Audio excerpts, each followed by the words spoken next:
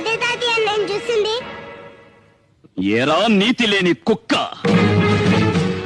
మన కింద పనిచేసే వాళ్ళకి తిండి బట్ట ఇచ్చి అండగా నిలబడి ఆశ్రయం ఇవ్వడం యజమానిగా మన ధర్మం. అలాంటిది నిన్నే నమ్ముకుని నీ పంచన పడున్న వాళ్ళ పడకనే పంచుకున్నావంటే మృగానికి నీకు తేడా లేదు. రాయ్ అయ్యా, గుళ్ళోకెళ్ళి అమ్మవారి పసుపు తాడు పట్రా. అట్టగలయ్యా. ఇదిగో అమ్మాయి, ఇలా రా.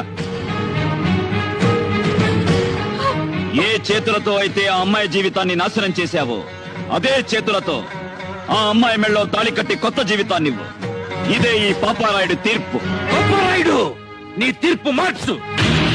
అయినా ఇలాంటి అలగాజనంతో ఆడుకోవటం మాలాంటి జమీందారులకు మామూలే. నేను నీ చెల్లెలి భర్తని, వీడు మాకు పుట్టిన బిడ్డ. కాస్త ముందు వెనక ఆలోచించి తీర్పు ఇవ్వడం నేర్చుకో. ఆపరా ఆపరా ఆపరా ఆపరా ఆపరా. అంతకు మించి ఒక్క మాట ఎక్కువ మాట్లాడితే నీ నాలుక చీరేస్తాను. నా కళ్ళల్లోకి సూటిగా చూసి మాట్లాడడానికి భయపడే నువ్వు నా తీర్పుకి ఎదురు చెప్తావా? ప్రాణాలకు ఇస్తాను. బంధాలు బంధుత్వాలు కాదురా నాకు కావలసింది. నాకు కావలసింది నీతి, న్యాయం, ధర్మం. పుట్టిన పుట్టుక కాదురా ముఖ్యం. నాకు ముఖ్యం జరిగిన అన్యాయం, జరగాల్సిన న్యాయం. తీరా తాళి కట్టరా వెళ్ళి.